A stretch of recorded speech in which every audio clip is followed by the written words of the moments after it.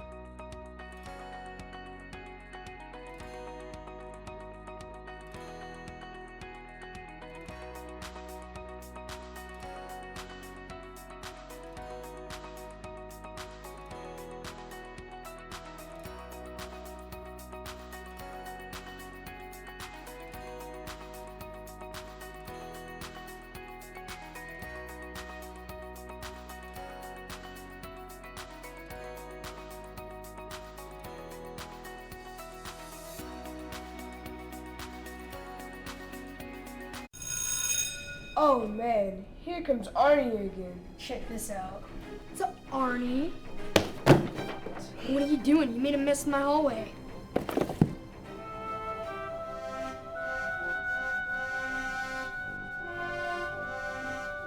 Hey Arnie, looks like you could use a hand. Let me help you. You don't need superpowers to be a hero. Help make Hillsborough bully-free.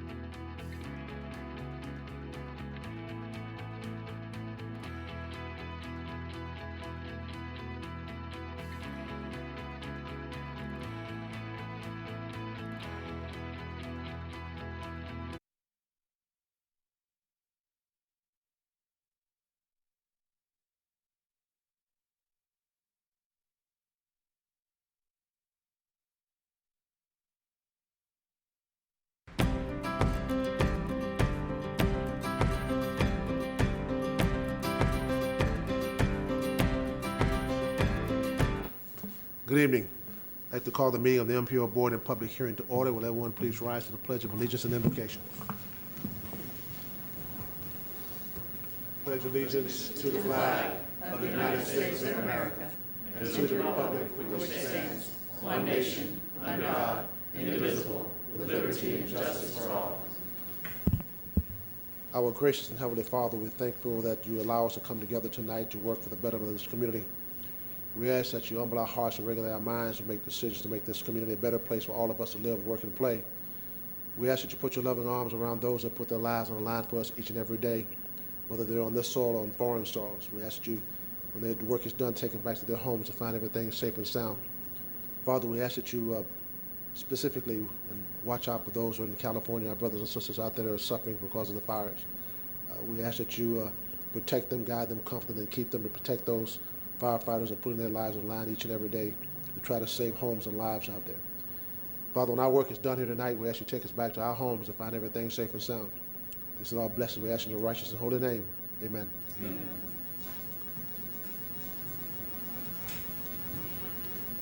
I'd like to say good evening to everyone. We're going to call for the approval of the minutes of October 1st, 2019, October 9th, 2019 workshop. I have a motion to approve those minutes. So moved. That was a motion by, who was it? Quita, Councilman Quita. Who was seconded? School Board Member Kona to second to approve the minutes. Is there any further discussion? Seeing none, all those in favor, let it be known by saying aye. Aye. Opposers likewise. Motion's adopted. We now move to public comment on non-hearing items. Is there anyone here to speak on non-hearing items? Anyone? Going once? Going twice? Gone. Committee reports. Mr. Roberts.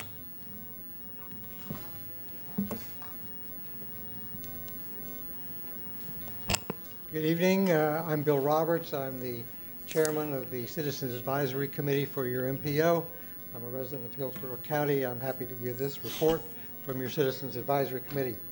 At our most recent meeting, we had two citizens offer public comment, one speaking in favor of the Boulevard study and promoting safer walkable and biking communities. The other public comment had to do with supporting the FDOT's preferred alternative, otherwise known as the quick fix, for the downtown interchange. In action items, the CAC approved and forwarded to your MPO board a draft of the 2045 plan by a vote of 8-6 with the following two recommended amendments. The first amendment was approved by a vote of 9-7, recommending striking projects which involve the widening of State Road 60 from Dover Road to the Polk County line. This amendment was offered by a member of the CAC as an expression of our desire to discourage sprawl in the county, and as I indicated, it was approved. I have since learned that the staff of the Planning Commission also recommended deleting this, primarily because it was inconsistent with the comp plan as it currently exists, but I'm sure you're familiar with that. The second amendment that the CAC is recommending to you was approved by a vote of 8-6, recommending striking project S3. That is the addition of the toll lanes on Interstate 275 between Himes Avenue and the Hillsborough River. The reasoning behind this was that the SEIS has not been concluded and the project has not been fully vetted, in our opinion. The CAC also heard a report on the FDOT tentative work program. Members asked a number of questions touching on crosswalks, signals, elevated lanes, and the allocation of funding between transit and highway project, but did not pass a motion regarding their concerns. And then lastly, I want to advise you that on November 13th, the CAC will have our regular meeting at the Expressway Authority offices, where we will have the benefit of a tour of the Traffic Management Center, and this will be part of our regular meeting. And that concludes my report, Mr. Chairman. If there are any questions, I'll be happy to take them. I see no questions, sir. Thank you very much. Thank you, sir. Ms. Torres.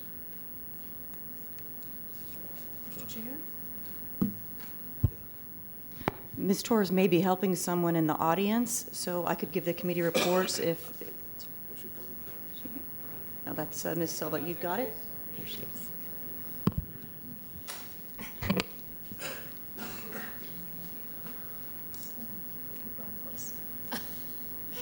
Good evening. I ran up the stairs. Torres, MPO staff. What a fine time for the printer to jam. That was nice. May I pass that out? Anyway, okay, for your committee reports. Oh my gosh. So I'm guessing that you just heard the CAC report. Okay. In addition to the CAC comments, the committees approved and forwarded the 2045 to you guys. The Lovable Roadways Committee requested that the next update incorporate some bold performance measures and that commit to reducing vehicle delay, greenhouse gases, and improve safety. I should be in better shape. Take a breath. I should be in better shape. I mean, I'm not at all nervous to be here, by the way.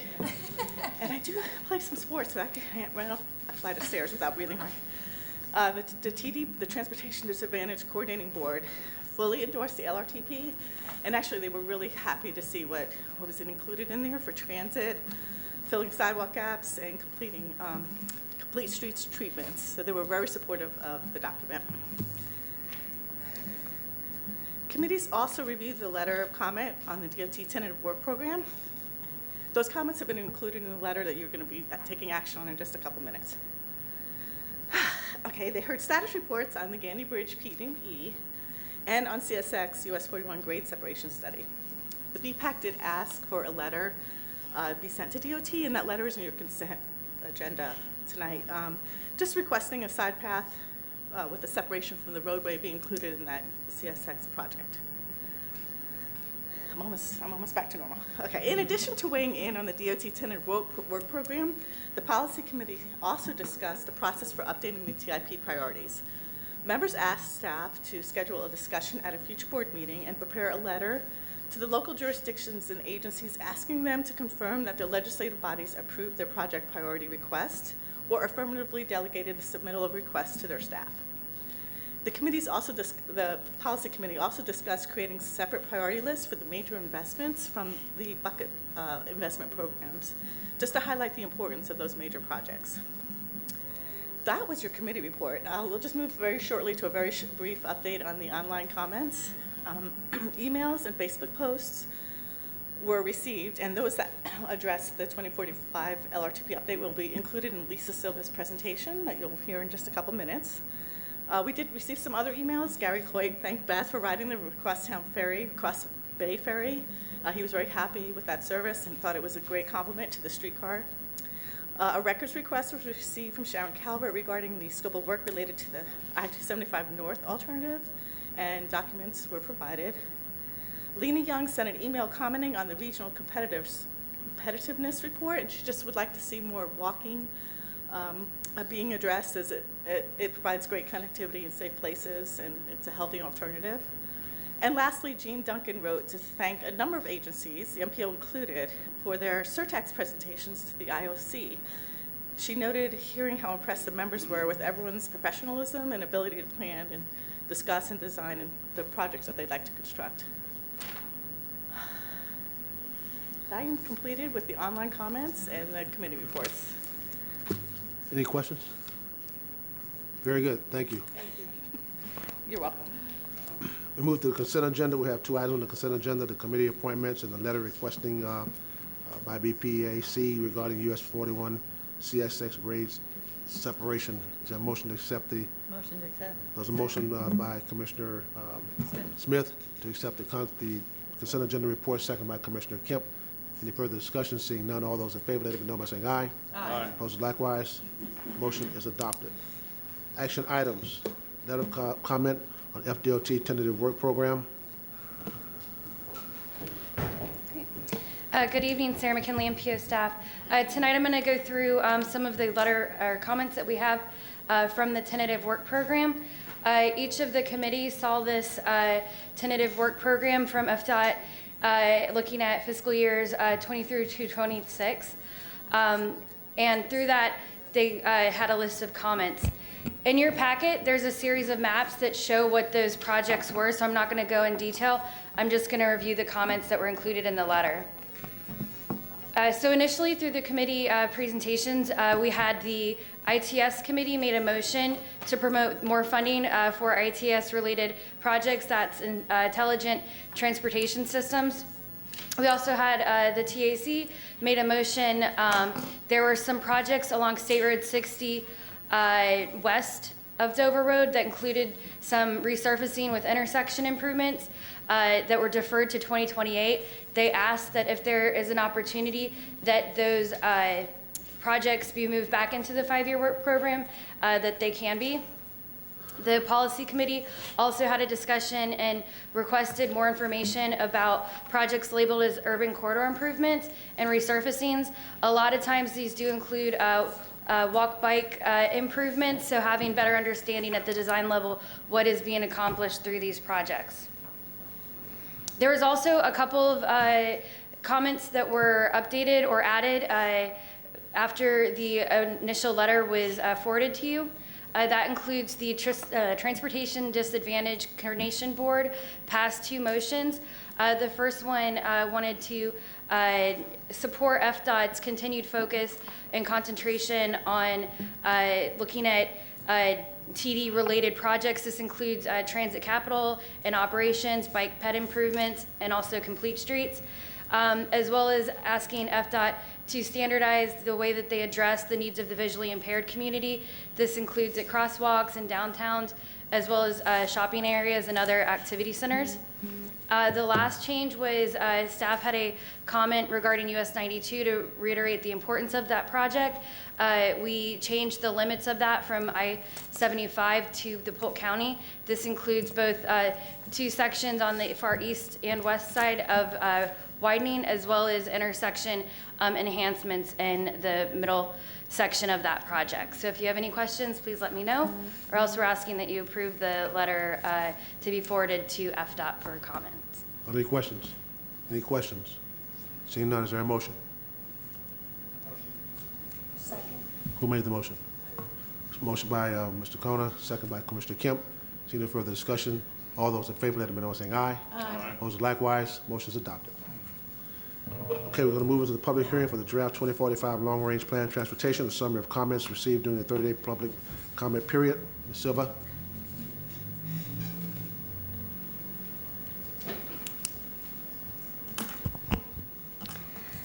Okay, so we advertised and had our 30-day window, and these are the comments that have been received so far. You have physical copies in all of your board packets, so I'm going to just hit the highlights. We had 1 phone call. Linda Martin in the Keystone, Odessa area said that we need better roads. We need to improve Gun Highway, Tarpon Springs, Van Dyke, Lutz Lake, and Racetrack roads. She would like to see them widened and the intersections improved. In addition, she mentioned that there needs to be some of the culverts replaced out in that area, particularly between Keystone and Inland Lakes.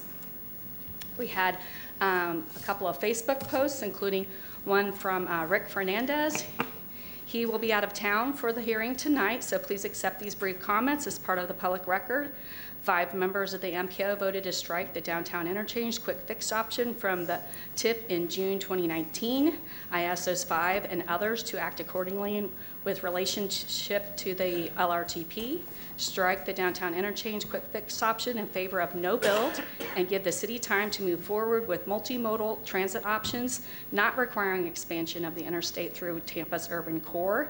And secondly, that the MPO Citizens Advisory Committee has recommended striking express toll lanes through West Tampa on Tampa Bay Next Section 5 between West Shore and downtown from the LRTP, so he asked that you support that recommendation. We had some additional emails that were very similar to echoing the Citizens Advisory Committee motions. Some of them even specifically listed those. So that was Helen Ann Travis said she would not be able to attend, that she asked that as the community has stated, to stop expanding interstates, prioritize large-scale transit, listen to the people, people first, equity, access, and climate resiliency. And then she says, I also request the following for the CAC. Remove the downtown interchange operational plan from the LRTP. It just induces more demands and dumps interstate traffic on our city streets. Remove line items S3, which is constructing the toll road through West Tampa. Remove S27, 28, and 29, widening State Road 60, AKA Brandon Boulevard. Then Greg Gall had the exact same wording, so that's 2 there. Then our other Facebook post is quite lengthy, but it doesn't specifically state the CAC recommendations, but it's Mr. Shane Regal. He stands in opposition to the proposed LRTP. He cites the City of Tampa Comprehensive Plan as some of the his support, that the population is going to continue to grow, but the community has supported the taxing themselves for transit. He cites the air quality concerns, and the cars are just killing and injuring people and making our roads unsafe. So he says, please do not support adding capacity lanes or tolls through Tampa's urban core. Then there's another one. Laura O'Neill, she's a graduate student with the studying urban and regional planning and a member of the Student Advocates for Progressive Planning at USF. She writes supporting that the MPO remove S3, 27, 28, and 29 from the LRTP in their final hearing, mentioning Lexus lanes and suburban sprawl as support. Then we had 2 letters of support written, one by the Tampa Downtown Partnership, and they're here to speak, so I won't summarize all of the statistics they write in supporting the LRTP as is drafted. And then the West Shore Alliance also, same thing, they're here in attendance, so I just mentioning their letter of support. And then we had Sharon Calvert wrote many questions asking about the cost estimates and how the revenues were allocated, and staff responded and answered each of those and provided resources for her. So in summary, we had like 6 in suggesting some edits to it, 2 kind of neutral, and then 2 in support.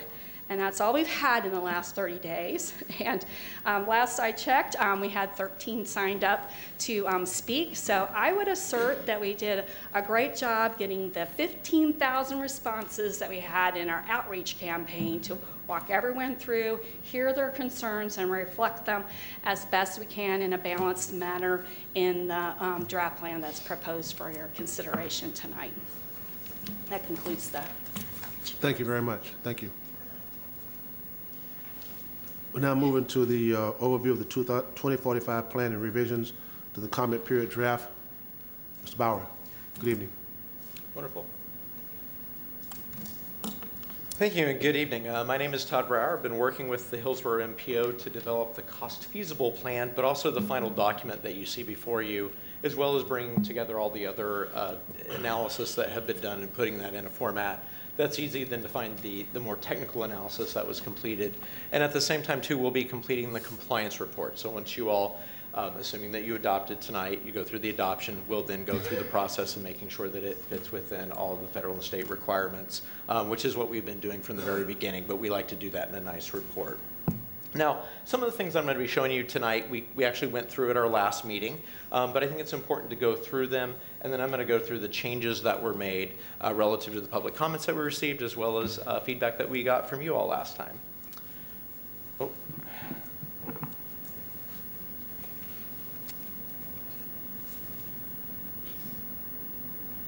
Thank you. Wonderful.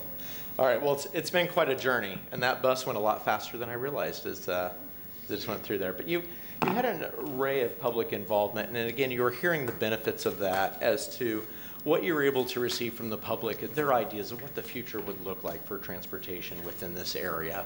And it included a whole bunch of ideas about, improving multimodal opportunities, making sure that we're reducing congestion, that we're looking for alternative ways to get to our jobs, to get to where we're going. So that's encompassed the entire process, this public involvement outreach. But at the same time then, we also had a process that included the aspirational side of it. What are the goals and objectives? What would you like to see your community look like in 2045? Bringing us then to understand what are the needs relative to that and how much do those needs cost? How much does it cost not just to build them, but to also operate and maintain them at the same time?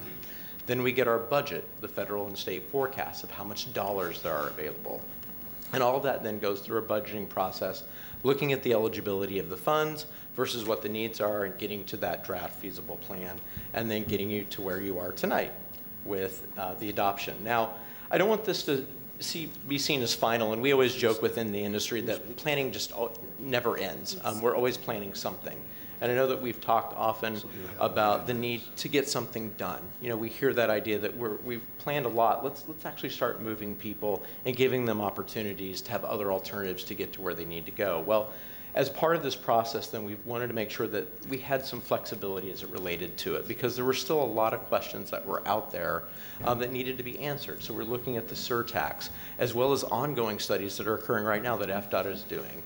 With the downtown interchange, several PD&E studies, as well at the same time of your undertaking at looking at the feasibility of the boulevard concept. So we wanted to make sure that all of those things were addressed as part of this plan and making sure that it was flexible so that way it could adapt and as you move forward in the adoption, knowing that this isn't just the final statement, this is part of that process of getting you moving forward to, again, changing transportation, that it's time Hillsborough and getting us moving forward.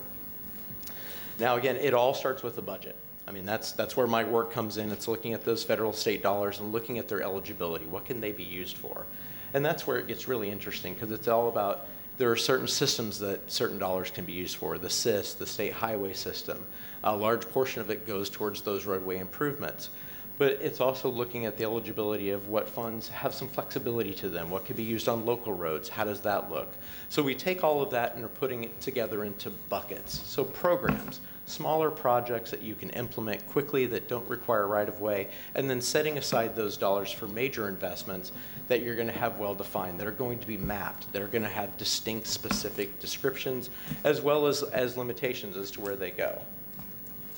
So the first step in that process is, again, understanding what those needs are. Now, we looked at it with the surtax and without the surtax. And again, this is where we start then thinking about those buckets and the programs and how they can be utilized and how there can be flexibility in your decision making. And I want to say that working with your staff, everything that we did working with them was to make sure that you were getting the information so you can make solid decisions. That's the basis of what we were working with on this plan.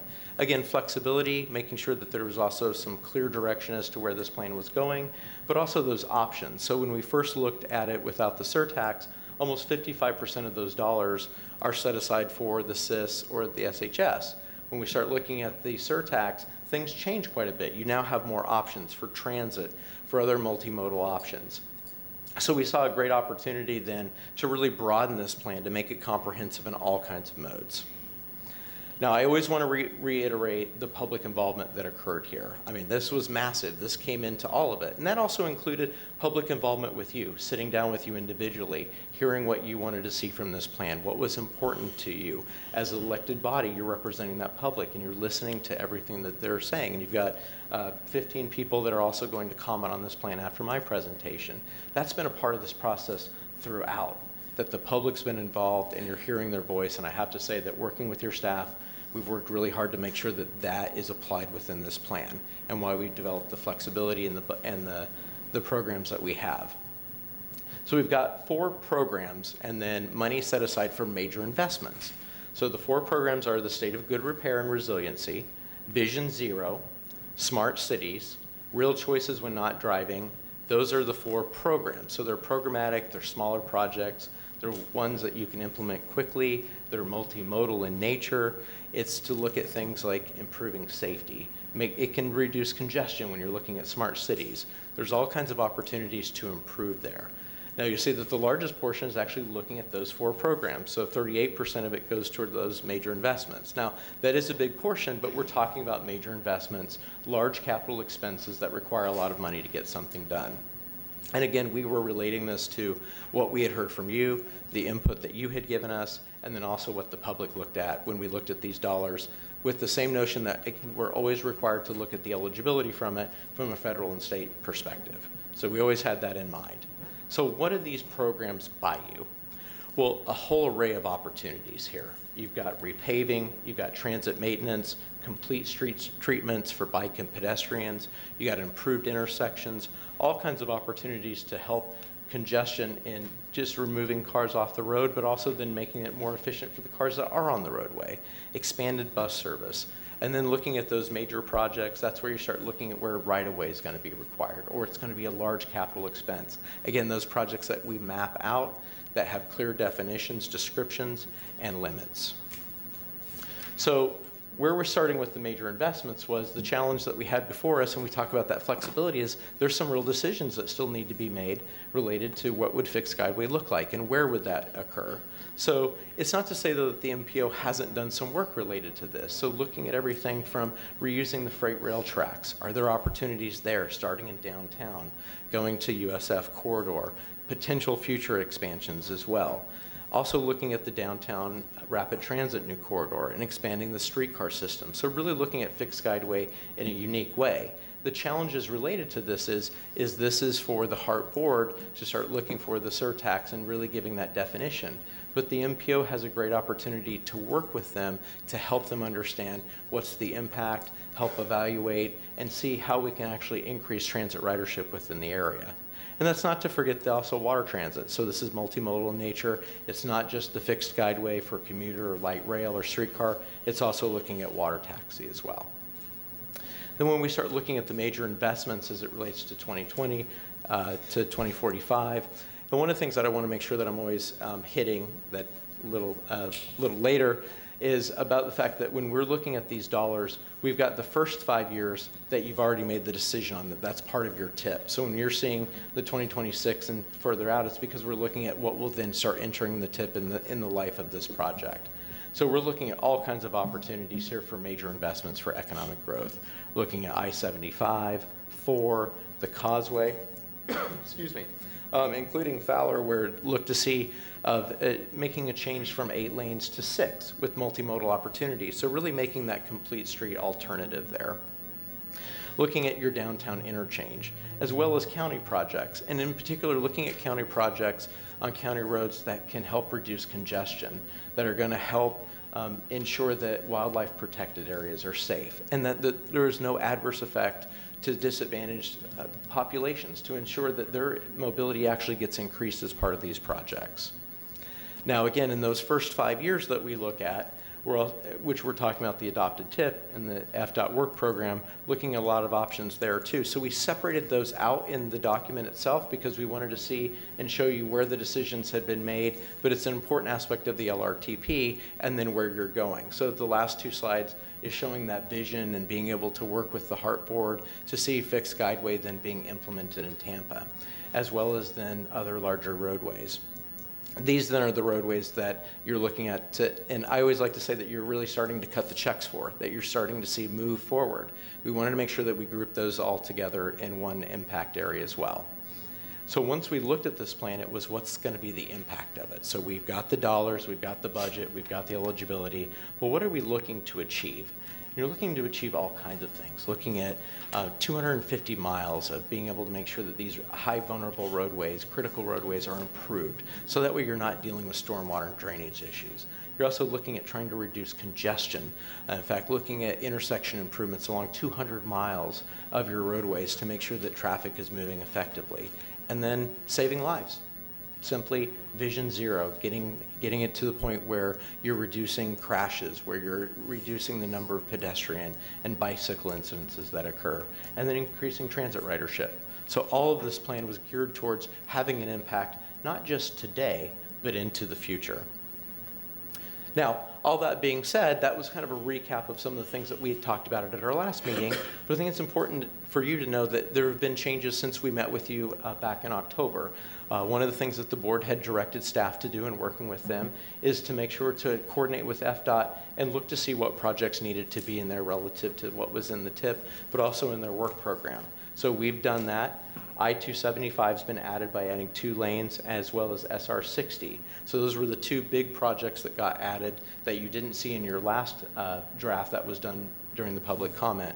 But then we're also looking at other changes and working with county staff, making sure that there's other projects that are local in nature that are being included. And that's really where we got the idea of separating out those first 5 years so you could see what had already been decided on and moving forward. So all of that brought us to some pretty basic changes to say, okay, now all of these dollars, the $34.6 billion has been fully allocated. You've got some minor shifts that occurred in the eligibility of funding, but all of it was able to balance out, and there were no changes in the funding total. So we were able to get the Rubik's Cube to work. We were able to satisfy what you were looking for and meet all the requirements as well. Now, after all this is done, even once the plan is adopted, there's obviously some work to be done. HART is going to be looking at where would that fixed route system look like, and how could the MPO be a part of that? And again, helping understand what the impact would be. But then you've also got a lot of money for local roads and local road improvements. Where should they be? Where can the MPO help? Because we've gone through a process to identify where there's heavy congestion. Where can we reduce that congestion? Where are there populations that we want to make sure that they have more mobile opportunities to get to work, to get to school, to get back home? And then the MPO, once it's adopted, will go through that rigorous process of constantly monitoring this plan, making sure that it's having the impact that you've dictated from its adoption, that we're changing that scope of transportation within Hillsborough County. And that leads me to my thank you. It's been a real pleasure to work with all of you. I just have to say it's really been a joy. I've worked in 20 different states on LRTPs doing this, and your staff has been amazing. We've really done this in land speed record, and we're really proud of this document. We were able to keep it nice and short. I think it was roughly about 60 pages, making sure that it was public friendly, and that was really a big part of what you all, the input that you gave to me. So thank you very much. Thank you, sir. Thank you very much. Now moving to the public hearing. First and foremost, staff. Sir, move the timer from behind the computer so that people can see what it is there. Okay. We're moving to the public hearing. Each speaker will have 3 minutes unless someone yields their time to that speaker. And if you're yielding your time, you need to tell us that you are yielding the time. The timer is in front of you. The yellow light means you have 30 seconds, and the red light means your time is up. So if you have any questions, please ask the question when you get forward. First speaker is Nicholas Glover. Good evening, everyone. My name is Nicholas Glover. I'm a resident of Tampa Heights.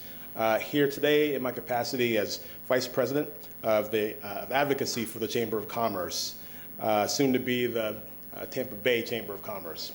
And I'm here very simply to reiterate the Chamber's support for 2045 long-range transportation plan, and specifically the elements of TB Next that connect our growing region.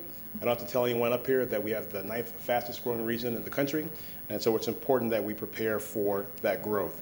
And so the Chamber is here because we understand that we have to grow. There's a necessity for improved infrastructure, as well as the keen understanding that we have to support and protect our neighborhoods while we prepare for the next 100 years. So without objection, I do have a letter of support that I will submit to you all for your consideration momentarily. Thank you. Thank you, sir. Jim Davison.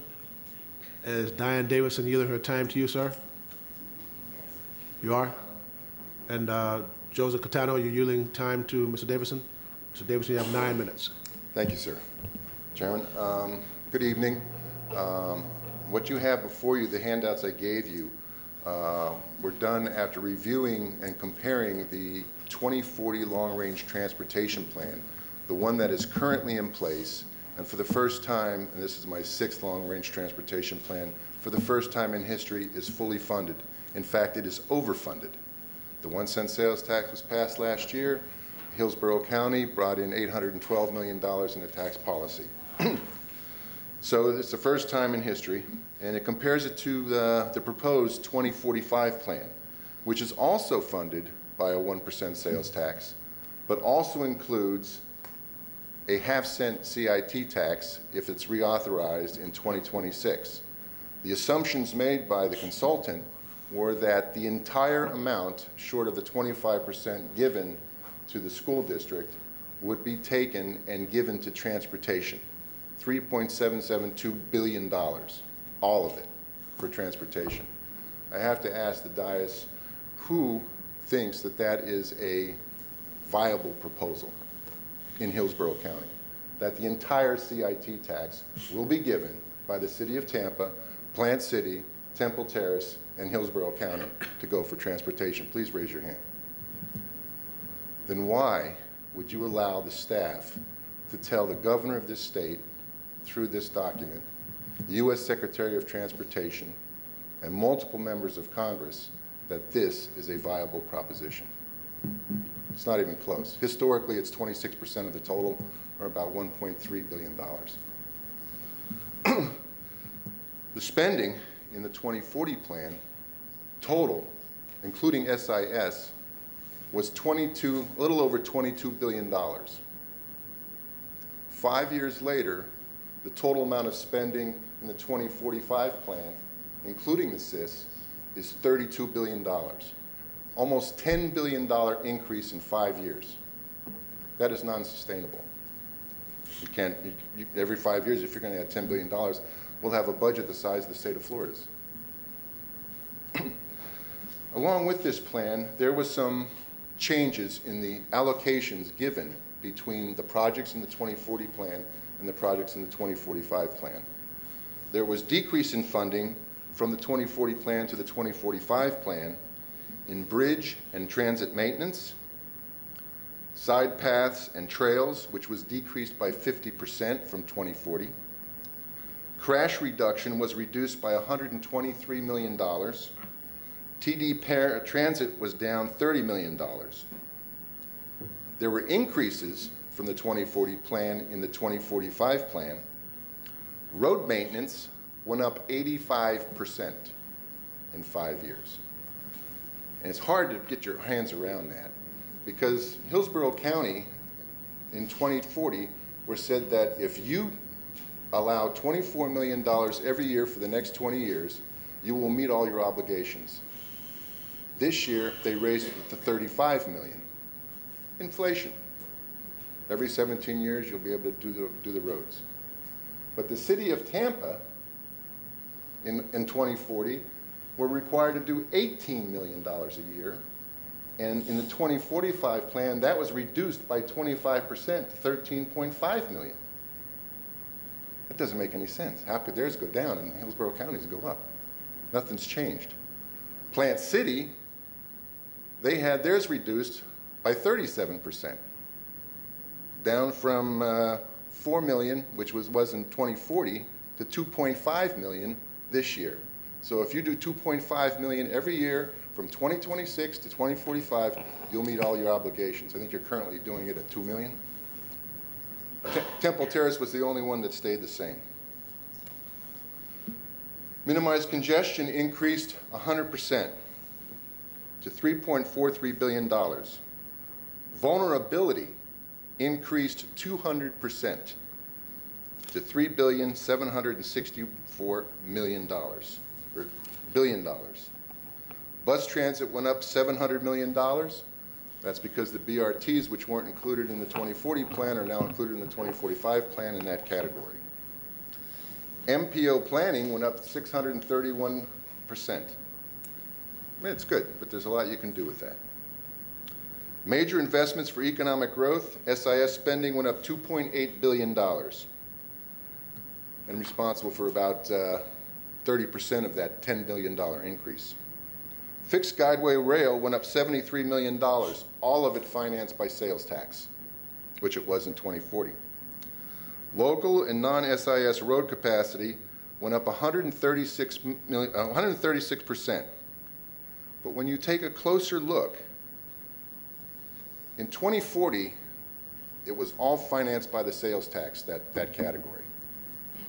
This time around, only $814 million of the sales tax were used. $1 billion of the CIT tax was put in there that may or may not be available, and $255 million in mobility fees, which weren't included in that section, are included here, to give you a total of, I think it's $3 billion roughly. The only trouble is 90 to 95% of the roads that are under consideration are the responsibility of Hillsborough County. And in that $817 million, Hillsborough's county share is only $600 million. Not only that, that's in year of expenditure dollars. The road costs that are listed on the public thing are done in present year dollars. You're only going to be able to build about 25% of those roads. Which ones you do, who knows? But which ones did they use in the congestion studies? Which ones did they use to determine that 80% of the future congestion was going to be wiped out? And they changed that from 40% through the study. So, speaking of congestion and the performance, which is what we all want to know, where are we?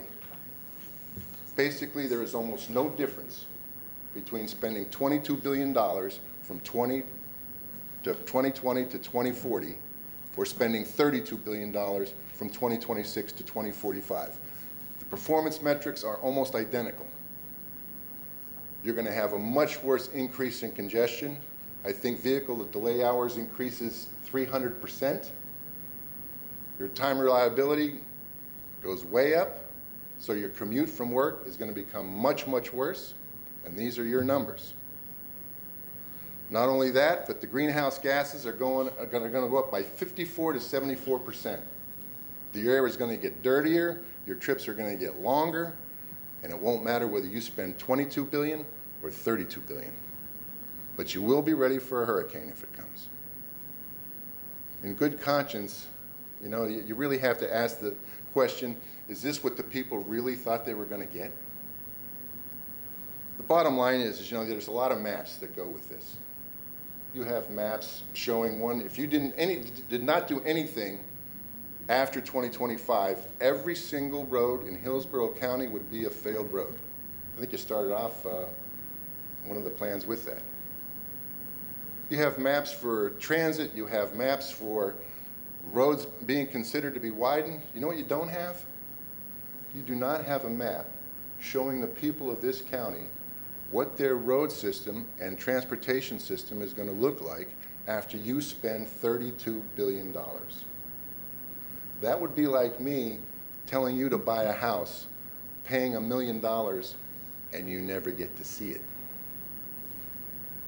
Is that fair?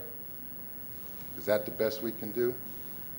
I'm hoping that with the $100 million that you get, that the MPO can address some of these issues, and I hope that you get to balance the budget. Mr. Chairman, understand this is your last long-range transportation plan. It may be mine also. Health and happiness to you, sir. Same to you, sir. Thank you. Mr. Davidson, can you name the record? Jim Davison from New Tampa. Ann Klug.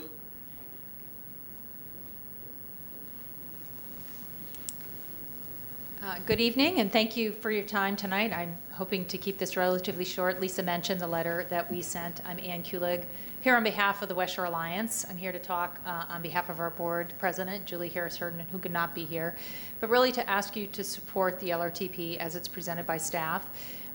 They did a tremendous job, I think, with outreach throughout this process, probably unprecedented outreach from previous years when you've done the LRTP.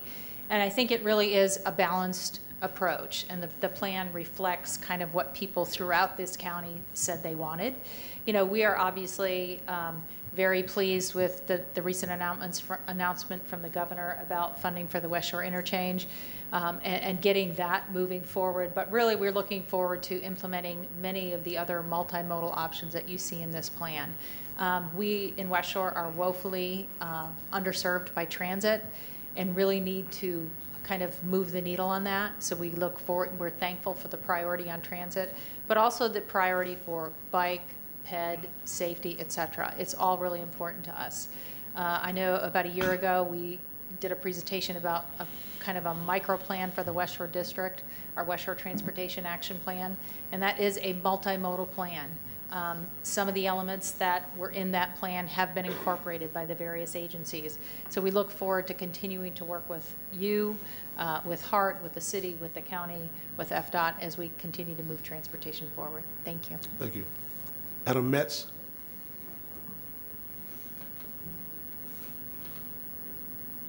Good evening. My name is Adam Metz. I live in downtown, and I'd like to ask this board to remove the toll lanes from West Tampa and strike the quick fix, which will be neither quick nor a fix. And the reason that those should be removed is to give all for transportation a chance to work. Ever since 2015, when I got involved in this, the refrain from FDOT was that there was no commitment from local leadership or from local citizens to invest in ourselves. So they said that they had no option but to move forward with TBX. And now we do have options besides TBX.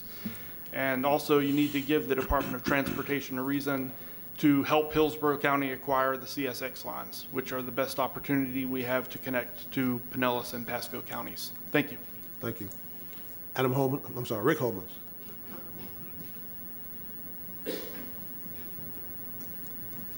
Members of the board, thank you. I wanted to just take a second and acknowledge the huge accomplishment that Ann referred to, which was the $1.4 billion of funding for the West Shore interchange.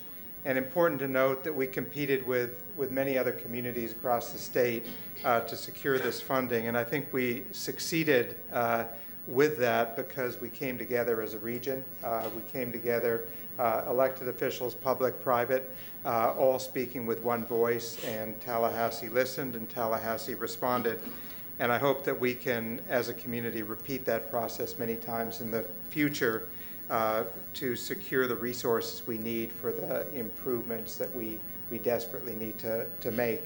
The partnership, my name is Rick Homans, I'm the CEO of the Tampa Bay Partnership, and we support the multimodal improvements that have been referred to, the CSX line, the Florida-Nebraska bus rapid transit, the streetcar, the regional rapid transit, the pedestrian and the bike improvements, all of the above. And also we support the multimodal improvements that are included in the long-range transportation plan that you have before you this evening. We encourage you simply to support the plan as presented, and thank you for the opportunity to address you tonight. Thank you. Connor McDonald.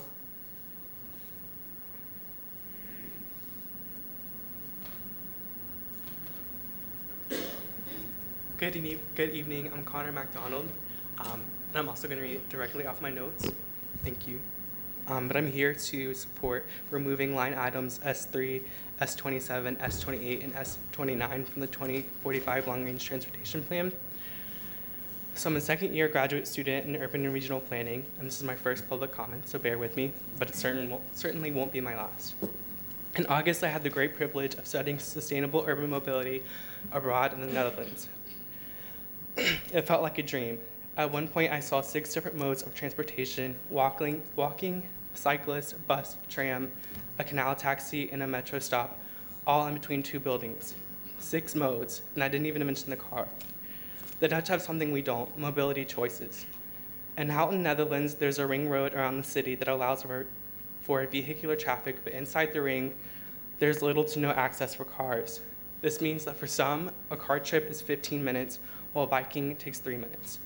You see, the Netherlands not only gives people its mobility choices, but mobility choices that favor environmental sustainability, personal, physical, and mental health, increased safety, and social equality.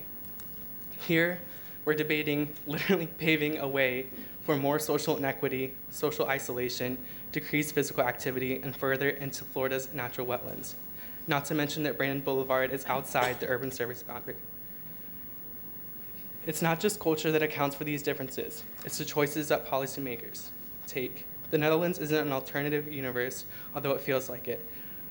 They're just making the right choices, and you have that choice to remove these line items. Thank you. Thank you, sir. Ron Weaver.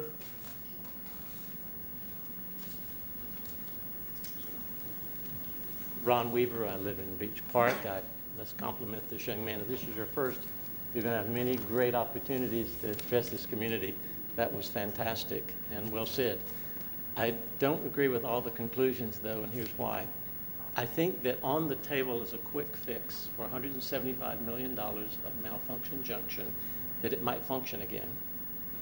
There are over 1,000 crashes in that interchange, because when you're going west, deciding whether to intuitively or counterintuitively go north to USF, straight ahead to downtown, or counterintuitively left to go to St. Pete, the confusion creates many of those 1,000 crashes, and in the other directions, there's a similar problem. The magnitude of the 2 or 3 mile backup of that one lane to go south into Malfunction Junction and then to go east to Orlando is almost criminal. To have left that as one lane for the last 30 years after we planned it for 2 lanes for the last 35 years and did not have the courage to fund it. We mustn't let the $175 million quick fix of Malfunction Junction be money that goes to other jurisdictions in Miami or Jacksonville or Orlando waiting for us again as we postpone that money for 2 years to fix Malfunction Junction and the lanes in and out of Malfunction Junction. We need to fix it in this long-term transportation plan. Please don't take out Malfunction Junction with respect to tonight's plans. Please don't let that money go to other jurisdictions. Please don't let those 1,000 crashes in that one interchange alone persist. Please include the interchange at 14th and 15th and Ybor as a part of that solution. Thank you for only taking 8 properties instead of 100 or 200 or 300 as had been necessary over the next 1, 2, or 3 years ago when you had a much more ambitious plan with respect to the fix, the urgently needed fix here. And then secondly, these are free lanes.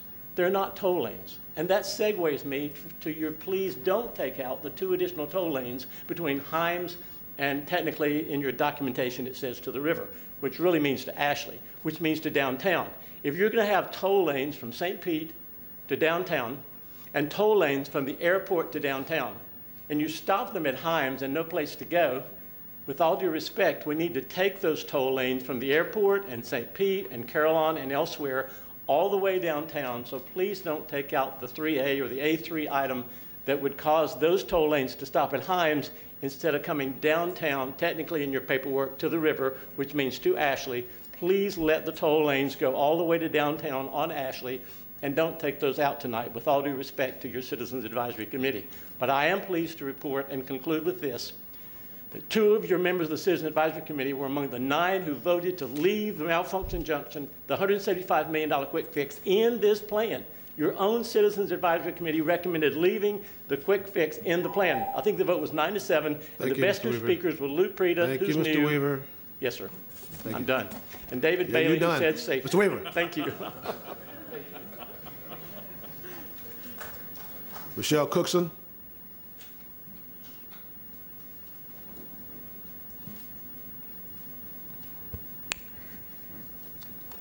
Hello, Michelle Cookson. We're at a critical juncture and turning point. Now is the moment to turn toward what the community has consistently, relentlessly, and for years requested, that Hillsborough County prioritize transit first and ahead of further interstate expansion and road widening. That we put people first in all we do, planning, design, and implementation of transportation. It must focus on their safety, their health, their well-being, our future. I want the MPO board to listen to the people and the voices of its CAC, dedicated volunteers who have requested that you remove that operational plan from DTI. It's only going to induce more demand and dump high-speed interstate traffic onto our city streets. Remove line items S3, 27, 28, and 29. But beyond that, I'm requesting more of this MPO and acknowledging how broken our process is. I will work hard to change that, but tonight all I have is you all sitting here. I respectfully request that you listen to the people and vote per their wishes. I'm asking you to change some things around about how this board operates. We need citizen members voting on this board. We need to add a critical and meaningful metric category to the LRTP that puts people and their well-being first, an equity, access, and climate resiliency category. Create accountable metrics looking at the reducing carbon footprint, guaranteeing access for all users, and preventing the repetition of civil rights abuses and systemic racism. Most of all, we need to face the bottom line. We cannot pave our way out of nor prevent congestion if we don't simply just get more cars off the road. What are you doing to reduce trips? Every time FDOT cites projections of expected cars, your first question back should be, what are you doing to reduce those trips? Set metrics and hold them accountable for those numbers. Guided by our new equity, access, and climate resiliency metric, let's set goals that get those cars off the road. So if we expect many hundreds of thousands of new residents by 2045, then set a goal to reduce the car trips and vehicle miles traveled. 50% by 2045, or 8,000 cars a day, something meaningful, some concrete goal. Then take every project and say, does this reduce those trips? Does this reduce cars on the road? If it doesn't, right out of the tip. Measure it, bring accountability to this process, show the people what is getting done. And here's a pro tip. You will hit those metrics faster if you prioritize and build transit. Thank you. Joshua Frank. Good evening, Board. Joshua Frank, 2010 East Palm, Ybor City. My wife and I just closed on a house this evening, and so my prepared remarks aren't as fresh in my mind. But we chose to stay in this area in Old Seminole Heights is where we chose to move towards, hopefully, because of the progress that this board has chosen to make in regards to Vision Zero and transportation and reducing trips. And I came to this board about 2 or 3 years ago and challenged you guys and challenged ourselves as a community that we want other cities to start coming to us to learn what to do. And with supporting projects like Boulevard Tampa and with some of the decisions that have been made by the citizens with Offers Transportation, that is happening. I'm going to conferences in Washington, D.C. and in Portland and all these other places, and people are asking me, how are we getting these things done? How is your MPO listening to you? How are your citizens having such a big impact on this process? Because we can't even get our leaders to listen to us. That is a huge shift. We, at this moment, have the chance to lead the nation and to lead the discussion about how we start to change an auto-dependent city to an area that is more mobile, more equitable, and more sustainable. Michelle's absolutely right. We need to start asking every project, not just economic development numbers, but how many numbers of cars is this going to remove today, in 5 years, and in 10 years, and in 50 years? Because if we don't start doing that now, we will never start removing cars from the road. And these projects that I am fully behind the CAC's recommendation to remove these 2 items from the tip. If we don't start acting like that and following through on this and measuring this in a more meaningful way, we will never get there. For example, and I know we're growing as a population. That is not something that is a blanket statement that says these people are only going to drive. We are the 9th fastest region, I think somebody said. Well, the #1 region is Seattle. Seattle is not only growing, but it's growing way faster than anywhere else in this country. They are investing more in transit than they are in expanding and widening roadways. And guess what? They have the lowest amount of car ownership in their city since the early 1980s. Okay? They're not only growing, they're growing and reducing the amount of cars they have. It is possible. It is not some false choice that says, well, people are going to come here, we have to expand the roads. That doesn't work. The only way that you can reduce trips is to invest in transit and stop widening roads, because induced demand is a real thing. So with that, I thank you. Trinity Miller.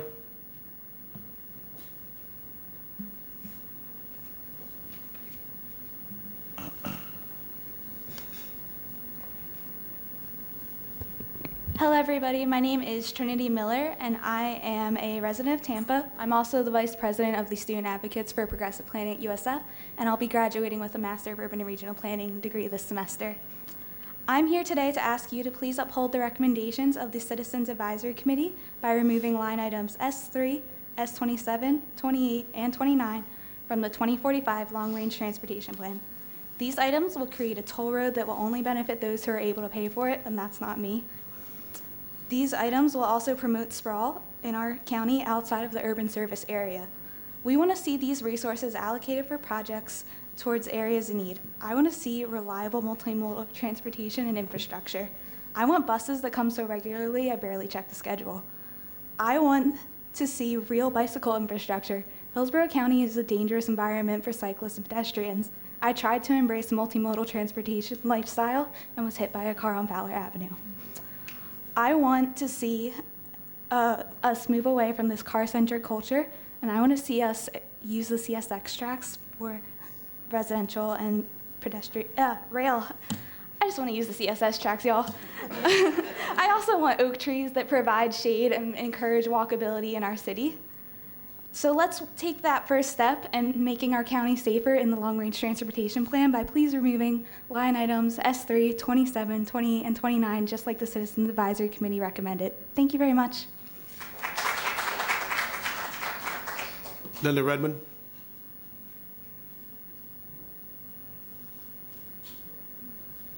Good evening. I'm Linda Raymond, President and CEO representing the Tampa Downtown Partnership, our Board of Directors, and 240 member companies. Our organization has been a long and vocal supporter of providing as many multimodal options as possible. We understand that providing a conglomerate of options benefits more people.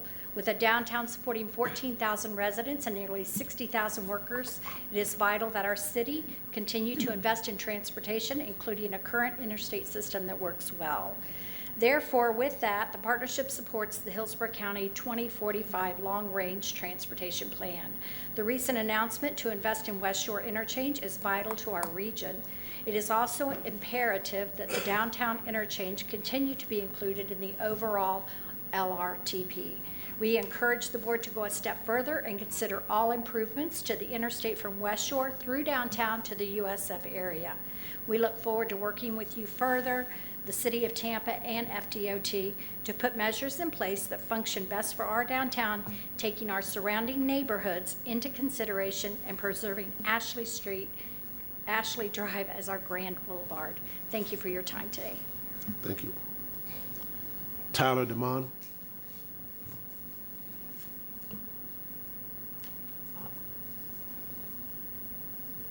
Hi, y'all. My name is Tyler DeMond. I am a stakeholder living and working in Tampa. I am part of Student Advocates for Progressive Planning. I'm not paid to be here. I'm here to speak for people who can't speak out today.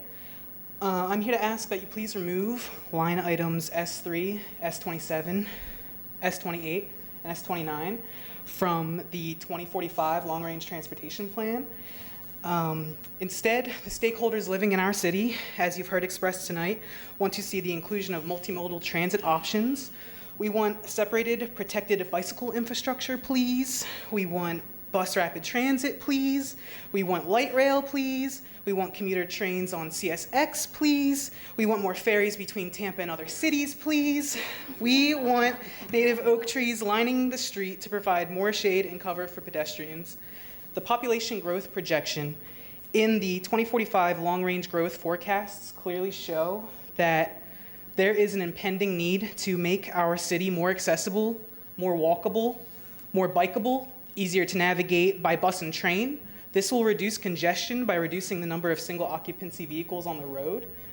So again, I ask that you please remove line items S3, S27, S28, and S29 from the LRTP, because these items will create a toll road that will only benefit a small number of stakeholders, the ones with the money, promote urban sprawl, and weaken Tampa's ability to compete with other major cities that focus on multimodal transportation. Thank you for your time. Chris Villa. David Urena, you're giving Chris his time. Mr. Villa, you have 6 minutes. Mr. Villa, you're looking mighty sharp, man. I haven't seen you like that before. Trying.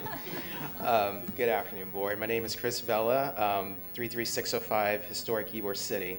I wanted to step back a little bit and focus on June 11th. There was a letter from Kathy Castor where she obviously wrote to the chair, but also the MPO board was copied. And it was a report to the U.S. House Transportation and Infrastructure Subcommittee. And this is what she said. I advise the committee that, first and foremost, the Tampa Bay area must expand transit options, and that our community recently voted to move beyond gridlock and invest in transit and other efficient transportation solutions. So she's referencing AFT. AFT came from the folks behind me. They came from citizens. It was a vehicle and a way for you to say that we can fund transit. We can connect people better and safer. We got that money from you. So I just wanted to reiterate that. And then she goes on to saying about Tampa to this subcommittee, my community ranks high in the number of pedestrian and bicycling deaths. And we really haven't seen that change, folks. We're allowing FDOT to do what they want, to expand where they want to do. And unfortunately, we're trying to do this bike ped thing, but it isn't working when we're having a lot of cars being dumped onto local roads. And it just gets in the way of transit, it gets in the way of safety.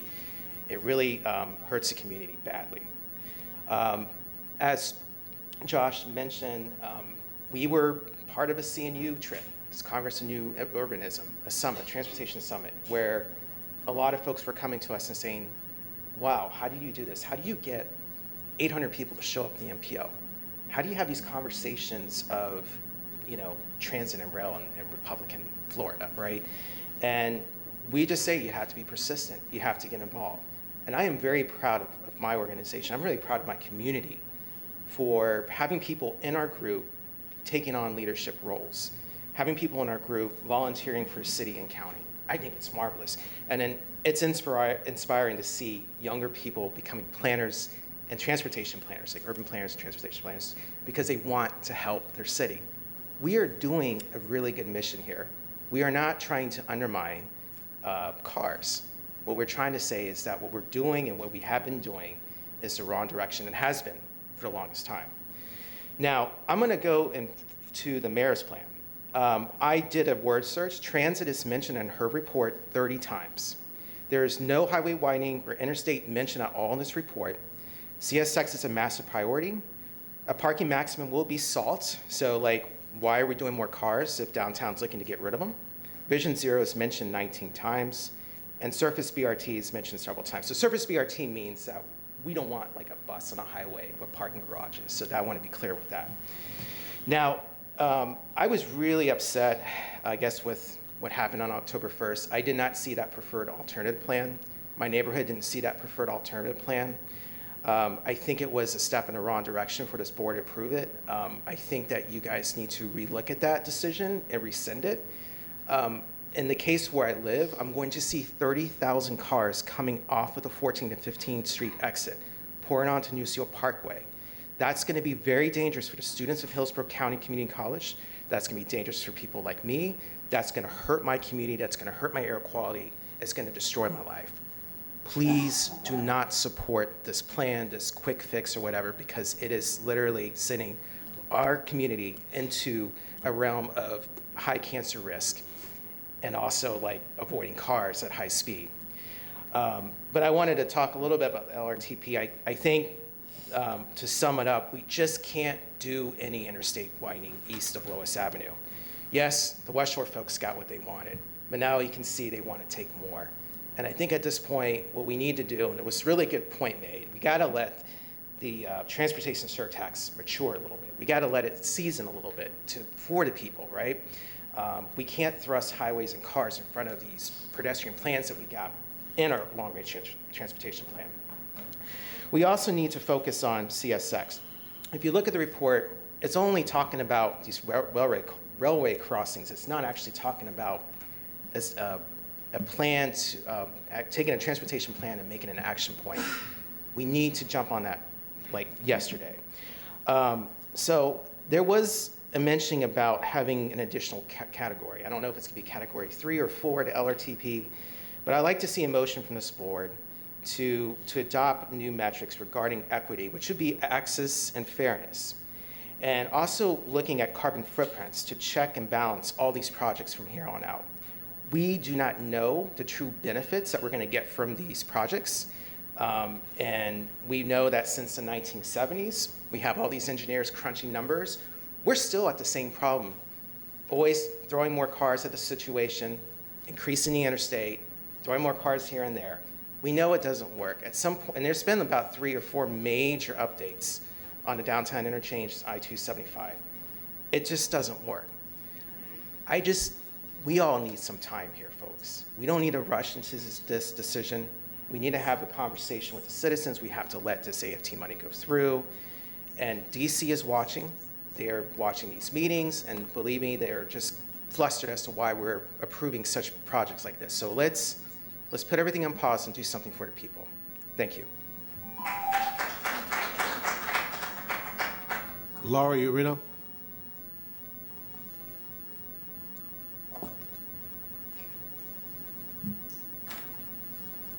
Good evening. My name's Laura Urania. I live in North Ybor neighborhood, zip code 33605.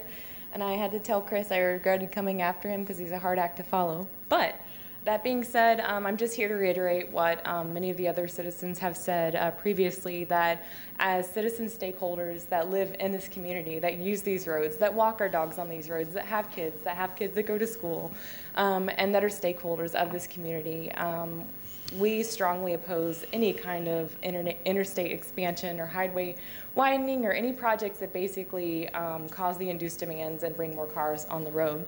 Why is that? The reason being is safety issues that have been cited.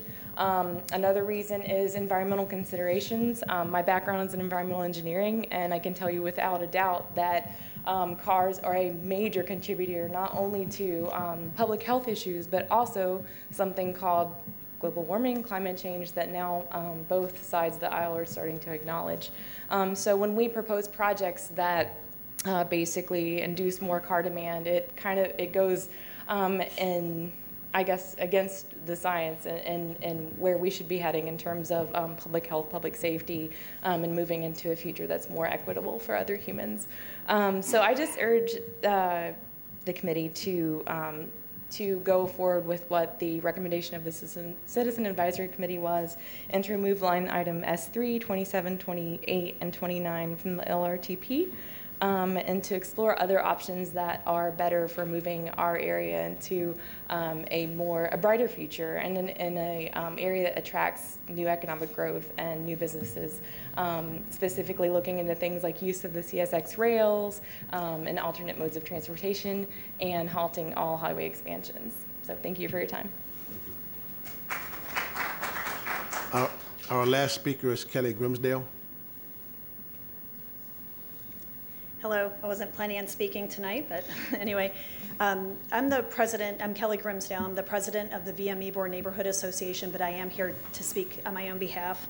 As a resident whose neighborhood will be further greatly affected by any expansion of I-4 and 275, I ask that you keep in mind the rich historic fabric in the Ybor area and produce alternative multimodal plans, and certainly not toll lanes, that would help to preserve this fabric. The plan to redirect all of the traffic coming to and from Ybor from 21st and 22nd Streets to Republica de Cuba and 15th Street with an estimated 30,000 cars a day doesn't sound like a positive impact on VM Ybor. Further, with all of the plans proposed to date, our residents will lose easy on and off routes onto the highway because all of the flyover lanes that are proposed pass over our neighborhood. Pass over VM Ybor. Again, please engage with the community more and design alternative plans that will work better for the residents that actually live in these neighborhoods. Thank you. Thank you. This closes the public hearing. We're now moving to board discussion. Commissioner Overman, you're recognized. Good evening. We heard a lot today, especially about 27, 28, and 29. And I took a look at the projects in multiple ways to try and discern why they were on the list. And I got some conflicts there. One, there was comment made earlier about it actually possibly widening an area that would actually create sprawl. And obviously development does do that to some extent. But I also couldn't understand when the actual report suggested that congestion forecasts didn't justify making that expansion happen.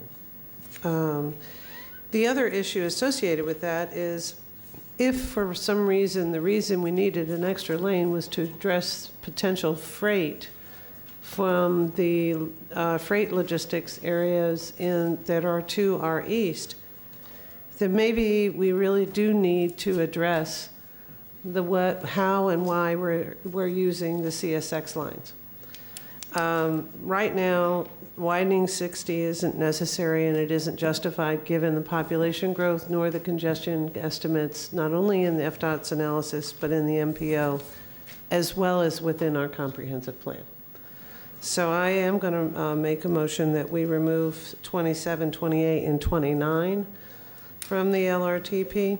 Second. There's a motion by Commissioner Overman, second by Commissioner Smith. Is there any further discussion on the motion? Commissioner Kemp, you recognized. Yes, I would just like to say I totally agree with that. I know this was a recommendation by the CAC, and I thank the CAC for presenting this to us. This is State Road 60 from Dover Road to Polk County. It's well outside the urban service area and not an area where we want to invest for a widening, and it's widening from 4 to 6 lanes. I do agree it is potential to create sprawl. Also, traffic congestion forecasts show that if we do nothing on State Road 60 at this area through 2045, the 4 lanes that exist will satisfy traffic demands through 2045. Also, there is the issue of the road running to Brandon, and we really don't want to put or encourage any more use of the road as it enters Brandon. The corridor, State Road 60 through Brandon, is a severe crash corridor. And so this has not only not a potential benefit, but a harmful it can greater harm and greater exacerbate the issue that we're having on State Road 60 in Brandon. And as I understand, I'd like to ask Ms. Alden, I understand that this was supposed to be to accommodate freight, but that you did a stakeholders, some kind of stakeholders group with freight operators, that really this is not really what they desired either. Thank you. This board led the creation of a freight logistics zone, which looks at the connections between Polk and Hillsborough, the Winter Haven Intermodal Logistics Center, over to Port Tampa Bay and continuing on to Tampa International Airport.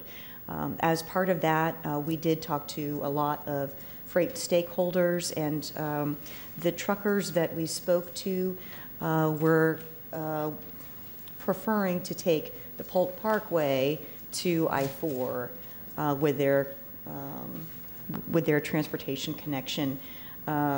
Traveling on State Route 60 does put them into the center of Brandon, which is very congested and was not their preferred route. And so the recommendation out of that Freight Logistics Zone strategic plan was to focus on improvements on the I-4 corridor and along US 92, paralleling I-4 just to the south, looking also at interchange improvements along that corridor. So definitely a number of improvements needed, but State Route 60 was not one of the areas that was flagged. As well as a new Amazon fulfillment center is right up there by 92, correct? Near 92 and I-4. And so this would also not serve that. So I think this would not be a good investment for us to be making. I know that we have many, many other places that are in dire need, whether that be Vision Zero corridors with severe crashes like State Road 60 through Brandon, or whether it be resiliency issues, as in some of the things that have been pointed out, like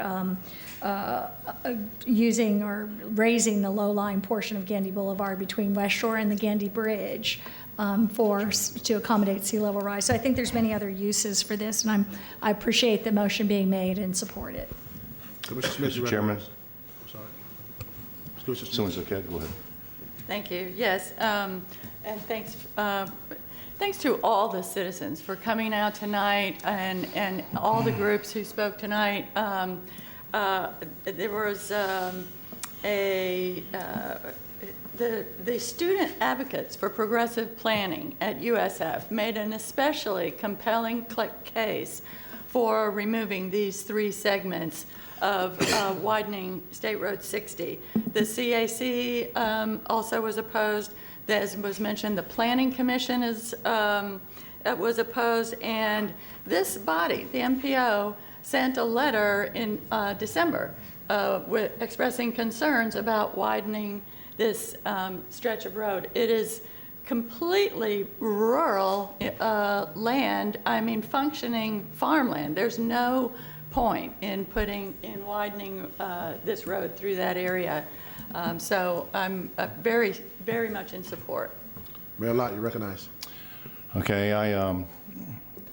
I'll be opposing this motion, and simply because State Road 60 all should have been widened years ago. Okay, the amount of traffic that's on 60, the reason why it's unsafe is because it's people trying to fly to get to where they are. They expanded lanes. It's backed up from 39, which is just south of Plant City, all the way into Brandon. This is a corridor where the people coming from Polk County are driving to the jobs that are in Brandon, from Plant City into Brandon, okay? And it's the main corridor going into Plant City. It's also a main corridor for people that work in Fishhawk and so forth that's traveling either to Plant City for jobs or into Polk County for jobs. You know, I think that when we look at plans and so forth, we sit here as a body and we say, we need to support all programs. You know, I support multimodal, I support train, I support transport, I support all that, you know, but it's hard to say that you're going to support one and then take away from another.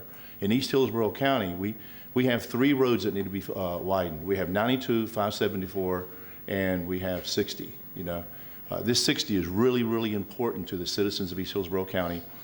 Segments of 574 is being widened in this plan from Steffner all the way out to McIntosh Road. But if you look at 92 and 60, there is no widening plans in place unless if we don't approve this. We have a major issue on 92 as well I spoke to last time that this doesn't address, but hopefully we can address it in the future. And I think the school board members would attest to that too, where we have 3 schools at. So I support the entire plan, but 60 is so important. I won't be voting for this because I think it's a vital segment. And when we talk about the trucking, the logistic community and so forth, the logistics on County Line Road, not everything's coming from the Polk Parkway. Okay, Polk Parkway is east of County Line Road. So your options on County Line Road, where you have about 14,000 jobs right now from logistics centers, such as Amazon and many, many others. Home Depot is being built right now. You either go north and south on County Line Road. If you go south, you hit 60. Okay, if you go north, you hit I-4. You don't go north of I-4 to go to Naples, Fort Myers, Sarasota. You go south on 60. I mean, on County Line Road, you hit 60, and then you turn west and go through Brandon. That's the natural route. You're not going to go up and all the way around. Some people may, but most of them don't. And County Line Road the expansion on that is heading south. Okay, you're only about 1.5 miles from 60 as it is right now with the latest projects that's been approved on County Line Road. So I think it's very, very vital to our community and to East Hillsborough County. And that's all my comments, sir. Okay. I see no further discussion. We have a motion by Commissioner Overman, second by Commissioner Smith. All those in favor of the motion, let me know by saying aye. Aye. Opposers likewise? Nay. Motion is adopted.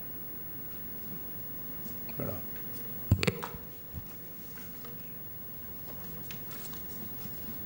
Commissioner Overman, you recognize.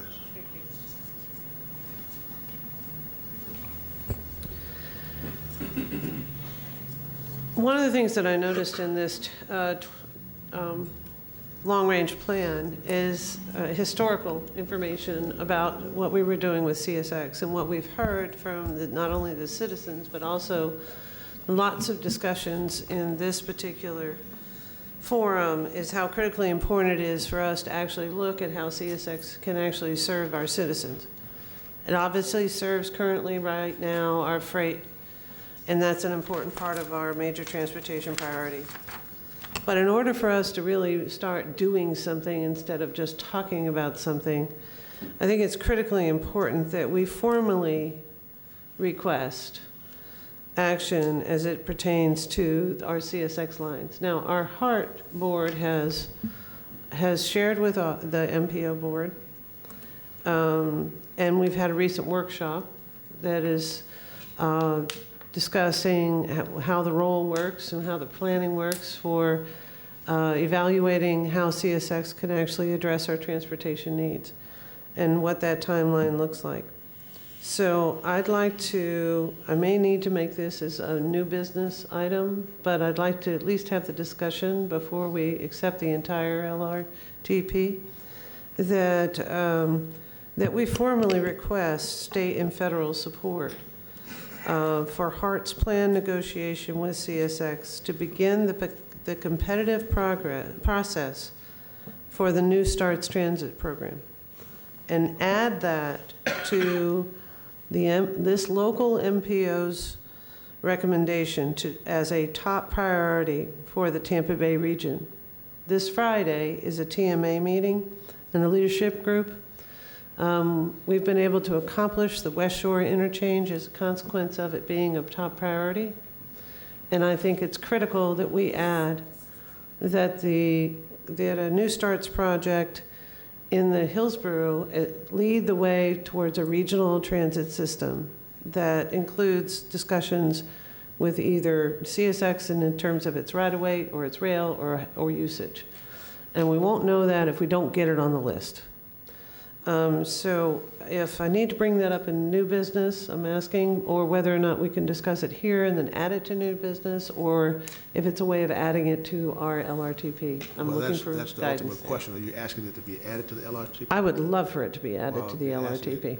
Asking it to be added to it, we can't discuss it in new business because we'll have adopted the LRTP already. All right, well then let's add it to the LRTP. Is that a motion? Second. Yes. There's a motion by Commissioner Overman, second by Councilman Vieira. Is there any discussion? If I may. Yes, sir. And thank you, Mr. Chair. And Commissioner Overman, I thank you, as I've told you before in personal conversations, thank you for your leadership on this issue. I appreciate it 110%. You know, that kind of caught my attention when on our meeting in June, David Gwynn indicated this, which is on our priority list, there's no transit. You know, so let's give them something to work with. I think this is, it's common sense. It's surprising that it hasn't been done before. I'll just be honest. I mean, I think that the vast majority of us here on this board support some robust system of mass transit that is well funded using CSX tracks, et cetera. And I think this is certainly something that can prioritize that, and it'll, you know, give us something to vote for. You know, there's a lot of dissension on a lot of different issues, but I think on this issue we can be brought together and we can prioritize it and give it some robust formal support, and then we'll do that on Friday too. So I support it. Commissioner Kipp, you recognized. Thank you. And I'd also like to thank everyone who came and spoke. I'm really proud of the fact that we have such people with such vision and willing to stand up and share those, and I think it's really remarkable, and I'm very proud of that. I as many of you know, have been talking about the CSX tracks now for about 4 or 5 years. I think it was back in March that the HART board at that time unanimously adopted pursuing, looking at the CSX tracks to start negotiations to start to begin to work on acquisition of the CSX tracks. Of course, we have had our issues with the delay on the sales tax at this time, but it is the I think it's well over time for us to move in the direction that Orlando already did with Sunrail, that Tri-Rail that they've done in Miami, and it is a extraordinarily cost-effective option that goes through our most transit-dense region from USF, serving directly the USF campus down to Ybor and downtown. So I think it would be a wonderful thing for us to start to work on. They did the Sunrail conversion from freight to commuter rail for only $20 million a mile, which is, relatively speaking, a low-cost option for us to pursue. The tracks exist, the right-of-way exists. We could do this. They did it in Orlando in 8 years, but 3 of those years were spent writing up a contract that we can now use as a model. So I appreciate it being brought up, and I'd like to see if we can get this MPO on board to move forward the CSX as an MPO. Seeing no further discussion, we have a motion by Commissioner Overman, second by Councilman Vieira. All those in favor, let it be known by saying aye. Aye. Opposed, likewise, motion is adopted. Mr. Chair. Mr. Mechanic, you recognize. May I make a motion to... Turn your microphone on, sir. There we go. I'd like to make a motion to approve the LRTP as recommended with the 2 amendments that were just previously approved by the MPO board. Second. There's a motion by Mr. Mechanic, second by Mr. Kona. Is there any further discussion? Commissioner Smith, you recognize. So there was a lot of talk tonight about the toll lanes, and I'm not going to, I'm going to suggest an amendment, but it won't be at this point, to remove a toll lane. I will, consider anybody else's motion to do that. My motion at this time is just about the tolling. There are several new lanes, let's see, 8 new lanes, or 8 items that have new lanes described as toll express lanes, which have previously been described only as express lanes. This is the first time we're seeing them written down as toll lanes. They were not expressly called toll lanes in the tip.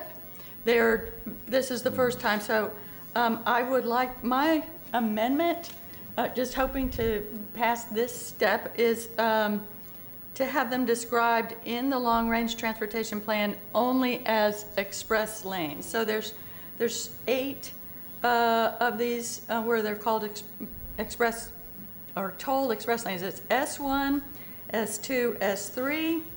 I think some of the commenters mentioned one of those, and then also S12, S13, S17, S18, and S19. Otherwise, we'd be approving tolling basically all the interstates in this county with this LRTP tonight. We might do that at some other time, but my amendment is hoping that we would approve the LRTP tonight without that. I'm opposed to new lanes being luxury lanes. I'm not calling them Lexus lanes. I'm calling them luxury lanes because even though I use them, I'm somebody who would use them. I represent many, many people who cannot afford to use them. There is a basic inequity in these luxury lanes. They don't pay for themselves. Contrary to popular belief, they do not pay for themselves. In many cases, they cause extra bottlenecks, and they actually limit capacity. That's the whole point. They limit capacity. So my amendment, my motion is to amend the adoption of the LRTP by making all 8 of those items refer only to express lanes. They could be hub lanes, they could be express lanes. Talk about a positive vote. We'll talk about a positive vote. They could be anything, but not toll lanes. Second. There's a motion by Commissioner Smith, second by Commissioner Kemp and Commissioner Citro. Is there any further discussion? Councilman Vieira, you recognize. Yeah, no, I have a question. Turn your mic on, sir. Turn your mic on. I'm sorry. So, thank you.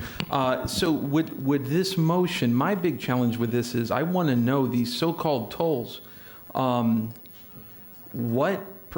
much are they going to be funding of this project that we're looking at on West Shore, for example? I don't know that. Do we know that number, Mr. Nguyen? Do we know that? Is that something you can answer, sir? Hi, David Gwynn, Florida DOT. My big concern, and I'm not sure I completely understood the amendment, but we have a lot of money for West Shore interchange. You may be jeopardizing that by saying that those cannot be toll lanes, because that's what we got approved by to get the CIS money. I don't want to hopefully go back after building consensus from around the region and ask them to change it to non-toll. Wait a minute. Wait. Did you say you went and got the money for the West Shore Exchange, and you included in that the language of it being toll lanes? That's always been the toll lanes through the SEIS for the West Shore Interchange. Same as for Howard Franklin Bridge. The point is that that was what we went as a region forward. That's what this board unanimously approved in giving us a letter of recommendation. Right. To go back now with a change would be a difficult thing to sell. One thing I'd like to tell you though, about 5 or 6 years ago, there was a state policy that said any new lane on the interstate would be a tolled express lane. We've backed off of that policy now. So not every lane necessarily has to be a tolled express lane. And a lane that may start as a tolled express lane may not always be a tolled express lane. The purpose of the toll is not to generate revenue. The revenue is incidental. The purpose of the toll is to regulate flow within those lanes so that you can create a corridor within a congested corridor, because we know we're not going to build out of congestion, to build a reliable travel time corridor for transit and vehicles that can get around during congested times. Actually, some people who talk about induced demand would say that making all the lanes free would actually induce more demand, because the express lanes actually regulate some of that flow, and it does decrease some of the capacity. We can also make it so that high occupancy vehicles that are registered can use those lanes without paying a toll. We have lots of options. It could be that we only put tolls on it during certain times of the day, and the rest of the day it's free. So just to say that it has to be a tolled, dynamically tolled lane forever is not entirely true. You just flip a switch if that's what you decide to do at some point. But I'd hate at this point to try to go back into the documents that we've already got up to Federal Highway Administration and that we've already got funding for a project and say that we're now reversing course through one of the folks that unanimously accepted this proposal less than 6 months ago. You already approved this. We approved this in the letter we sent to them already. Mr. Chairman. Hold on. Thank you. Hold on. Mr. Wagner recognized. Secretary Gwynn accurately stated my questions with answers. Thank you, sir.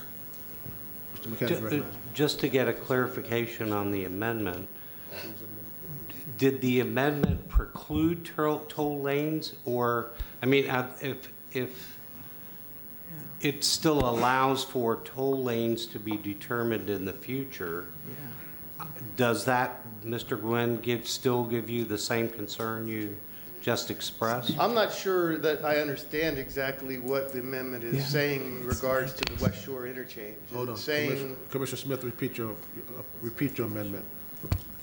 Okay.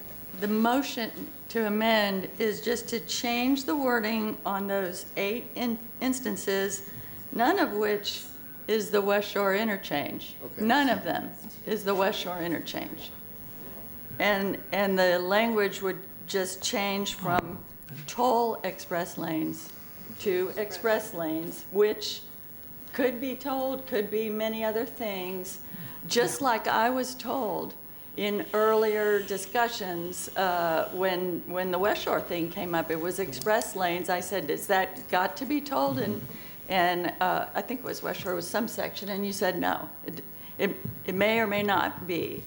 But anyway, none of these are West Shore. And no, it doesn't preclude some future board or decision maker from tolling it. It just means that tonight we don't commit to tolls on all our interstates and all these 8 projects in the county at this point. Sandberg, you recognize. I just want to ask. Thank you. Is that correct that they're not West Shore? Because if I'm looking at this, if you're talking about S1 and S2, that is the West Shore interchange. S1 and West 2. Yes, so are we talking about removing that? I just want to, Commissioner Smith, clarify that I think it is West Shore. This comes off of, they come off of that, that's true. But when we initially discussed this, it did not have toll lanes on, and I said I would be opposing it if it were adamantly or I think he must have tolls. misunderstood me, or I must not have said it correctly, because these have been shown as dynamically tolled lanes, and it's been presented to this board numerous times. I'm not sure where I messed up on that. Mr. Whiting, recognized. Again, the Secretary has provided the clarification. Thank you, sir. As far as in the wording, whether you say toll, I'm going to look to my staff, but, I mean, it's always been told, but as far as if it doesn't say told explicitly, does that hurt the planning studies that we already have? I'm going to ask Ed, because he's more in the weeds on this than I am. Ed McKinney, DOT. It could. I mean, right now, to date, all the conversations we've had with Federal Highway, we've had with the citizens, we've had publicly, we've had with this board, have explicitly said that these would be dynamically tolled lanes. Now, going back and making those changes to express lanes, what does that mean? What does that mean for traffic? What does that mean for access that we've built into the system? It could have a dramatic effect. I mean, it's too, to say yes or no here would be difficult to say, but I'm just in my mind playing this out, and yeah, there's some concerns with that. Let me I would say that we don't, again, we can change how we address these lanes in the future should we find that a different strategy works.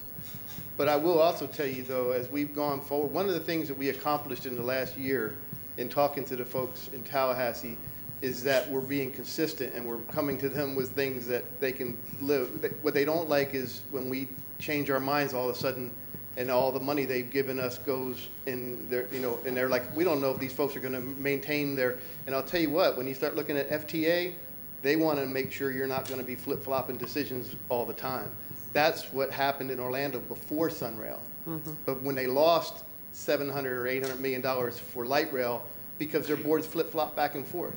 They look for consistency. Are you going to give us a decision today that's going to be the same decision, in a couple years, or are you going to have 6 months later change your mind on something that you've already voted unanimously on to support? So I'm just a little nervous in the signal we're going to send as we look for these projects. Mr. Secretary, my understanding from staff is that when we sent the letter of support, we didn't address anything as toll lanes in our letter.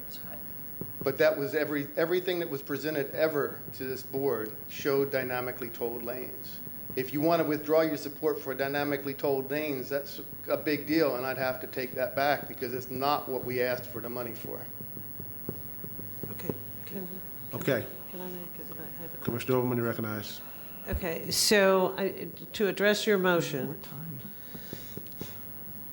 S1 and S2, as it stands now, that we have previously sent a letter of support and we have the funding, has specifically in what you understand and what has been presented to Tallahassee has been the toll lanes for 275 from the Howard Franklin Bridge to Himes, or is it State Road 60 from Cypress to Memorial, which is S1 and S2? And then to follow up, is S3, have we promised Tallahassee that we were going to use toll lanes on 275 from east of Himes to east of Hillsborough that we have not yet approved? No, the proposal was to show that we would take the express lanes down to Ashley. And the reason they have to go to Ashley is because we have to show that we are not going to back those express lanes back up into the West Shore interchange. If you drop everybody off at Himes, you're going to diminish the capability of those express lanes to operate effectively. And so we had to show, and we have to show Federal Highway Administration that these lanes will actually work, that you're not going to just cut them off at some point and then that's going to be where everybody has to get off. This bleeds the traffic off over the time that you go from the West Shore interchange to Ashley. Agreed. My point is there's a difference between an express lane and a toll lane. And so if we're talking about an express lane that needs to go to Himes that can be used in a variety of different ways, that's one thing. And I think that's your point, is we're not suggesting that we don't do express lanes for S3. We are suggesting that if we're going to approve to avoid what we may have misunderstood when we sent the letter of support for the West Shore exchange, that it was going to be a toll road versus an express lane, we need to make sure we're clear when we approve this plan. It is the conversation that I think we're having is expressing that we're not so opposed to express lanes and good transportation design to address what needs to happen for the flow coming off the Howard Franklin. What's critically important is recognizing the equity in communities that toll lanes don't show in our overall plan. And so if we don't have to have the tolls, fine. But I don't want to approve a project that says tolls and then be held accountable because it said tolls. But Ms. Alden, you recognize. In the last long-range transportation plan, these lanes were identified as special use lanes. Would that be satisfactory, and that would give us then an opportunity to continue to work with you over, the next months during the design phase, for example, of these projects, to look at what the toll policies or pricing or what the uses would be? You mentioned some things that are being done in other cities, like providing options for carpools to use the lanes. I think there are a number of strategies that we could be talking about, and it probably warrant kind of a deeper dive conversation than we could get into tonight. The draft document that's into FHWA, and we've received all their comments, we're responding to them now, is the document that we're going to use to get a record of decision that we're going to public hearing for in February, that we need to get the public hearing in February in order to have the record of decision in time to buy the right of way, to get the money that the governor gave us, spend it on the time that they've given us to do it. My concern is if we go in now with something different than we've had all along, it introduces risk to us. I don't know what level of risk, but I can tell you that to change it at this point, I don't know what would happen.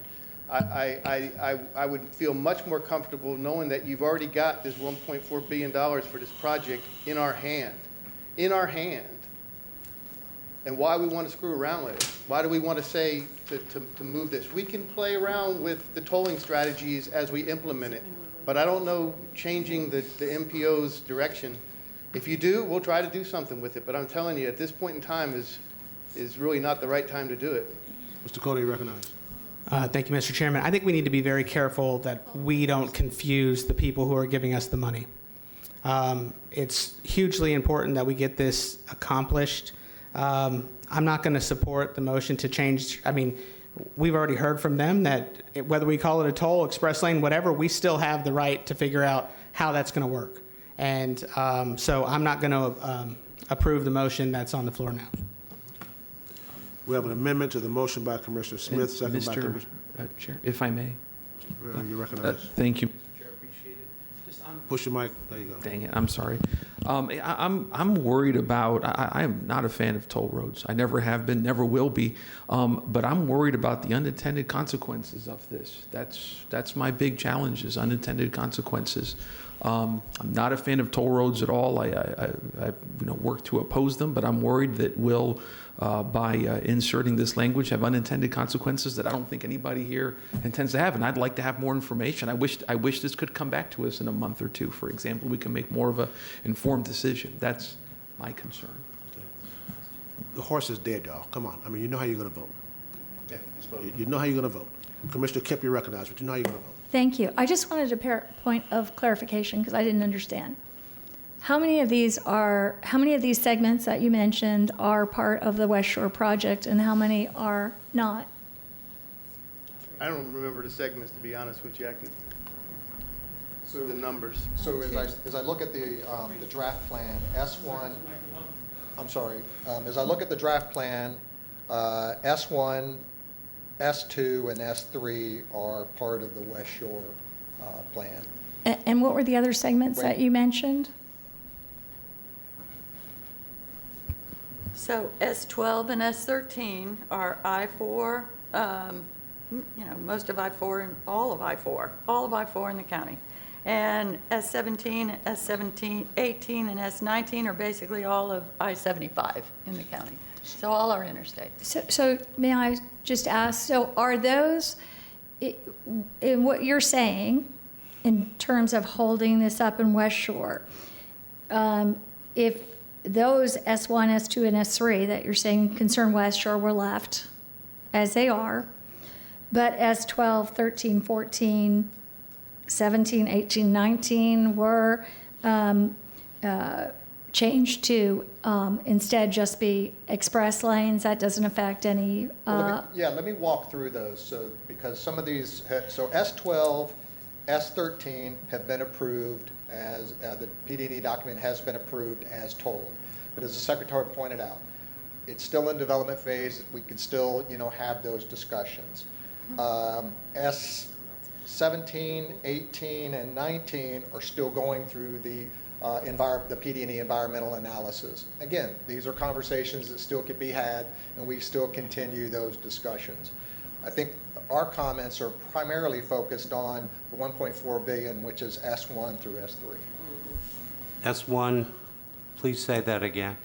S1, which is I-275 from Howard Franklin to Himes. S2, which is State Road 60 coming down Cypress to Memorial. S3, I-275 east of Himes to Hillsborough River. Okay. That's the $1.4 billion. We have an amendment to the motion. We have an amendment by Commissioner Smith, second by Commissioner Kemp and Councilman Citro. All those in favor of the amendment, let it be known by saying aye. Aye. Opposers? Aye. Motion fails. We're now back on the amendment. The main motion by Mr. Mechanic, second by Ms. Conan. Commissioner Kemp, you recognize. Thank you. I would like to suggest an amendment that simply describes the segments that we just spoke about that won't affect any future funding now, as would special use lanes be appropriate, or simply express lanes for those lanes for this time. Commissioner, I think the use of the term express lanes would be acceptable. We can work with it. And I'll tell you, just to be clear too, and I'm not sure if I should formulate this differently, but one of my concerns about this, outside of the tolling, is the fact that any of these lanes that I've read about anywhere in the country, and I'd asked about this before, were specifically every single one a hot lane, rather, which would mean for everyone, so that you understand, is not only the tolling, but it would allow for exemptions for multiple occupancy vehicles. And as far as I understand, they have that. We do allow registered carpools to operate for free within the express lanes.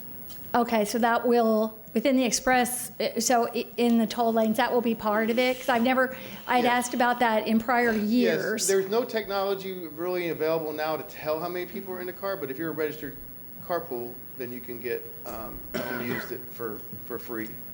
Okay. I'll suggest this amendment on the ones to change to express lanes within our description. Can you just repeat what segments so I'll be clear, the ones that won't? Sure, so that was S12, S13, S17, 18, and 19. And those are on I-4 and I-75. And I appreciate that clarification on the hot lanes, because I wasn't sure if that was being done here. But I'd like to make that amendment to characterize, look at those as express lanes right now. There's an amendment by Commissioner Kemp. Is there a second? Who's second? I'm hearing seconds, but I don't. Mr. Wagner. Mr. Wagner seconded the motion. Is there any discussion? Any further discussion? All those in favor of the amendment, let it be known by saying aye. Aye. Opposed likewise. Motion is adopted. Now back on the main motion to adopt the long-range transportation plan by Mr. Mechanic, second by Mr. Kona. Is there any further discussion? Any further discussion? Roll call vote.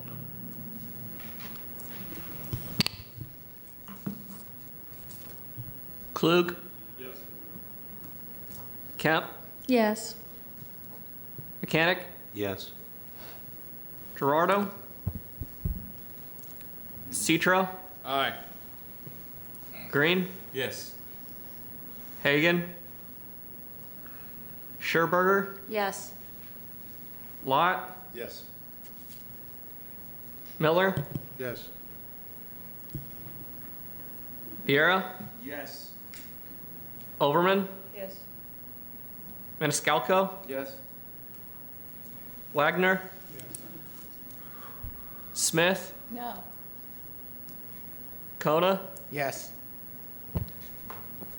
Alden. She doesn't vote. Oh, okay. Look, man, you're trying to get on. Motion is adopted. Executive Director's report. Thank you, sir, and thank you, board members, and thank you, members of the audience, for being part of this. We have just a couple of items of business. I wanted to make sure that it was on your radar screen that our second Gulf Coast Safe Streets Summit is happening next week. That is going to be on Thursday from 2 p.m. to 8 p.m.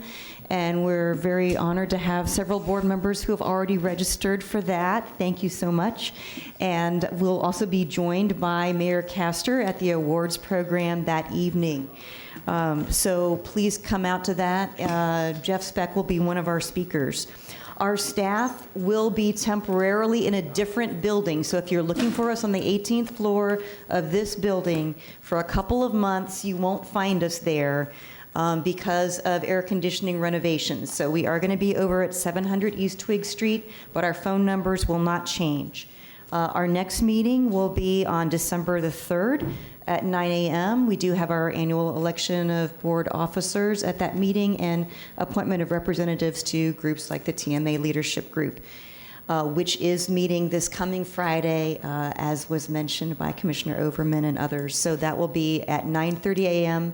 this coming Friday, and we'll be meeting at the Pinellas Suncoast Transit Authority. Thank you so much. Commissioner Kemp, you're recognized. Thanks. This is under new business. I'm sorry We haven't that, got no business yet. oh, okay, then I'll wait. Is there That's any what old I business? wanted to be. Now we're in the new business. Go ahead. Okay, thank you. I'm sorry that the audience left because they made many good suggestions, I think, for us to follow up on. It wasn't under the LRTP necessarily, but in terms of categories that we could look at and start to look at the metrics of and start to include in how we move forward. So I'd like to ask that we start to generate and look at how we can generate categories of measurement that include equity as we move forward, that include reducing single occupancy vehicle use, and a climate resiliency mechanism, measurement as well, and perhaps an environmental air quality also as well. Greenhouse gas reduction, thank you. So I'd like to be looking at all of those 4 categories, and maybe in the future we can go through and look at how we can start to include those in the metrics of how we move forward. Any other? Mr. Commissioner Overman, you're recognized. Because I'm still trying to learn the process. Hillsborough County is in the process of looking at its land use, mobility options, lots of things, comprehensive plan. And one of the things that I know would be very helpful in that planning process is to have a Vision Zero plan. One that actually identifies major corridors and its different types of uses. And that would need to be obviously in a much more short term than a long term, LRTP. But I think it would be very valuable if we actually work together across all of our boards to understand what roads are used for what purposes, where there's an opportunity.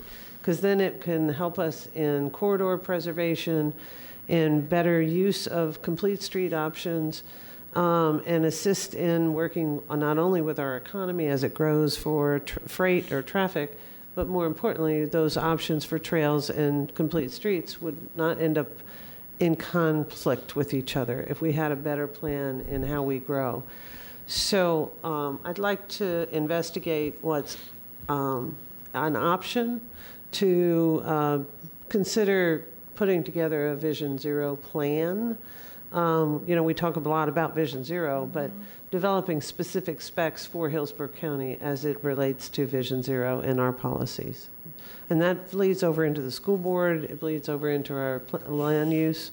And I think if we actually did that, it would make it much easier for us to have a lot less conflict in how we grow going forward. I'll come back with some options. Excellent, thank you. Any other new business? Any monkey business? Adjourn.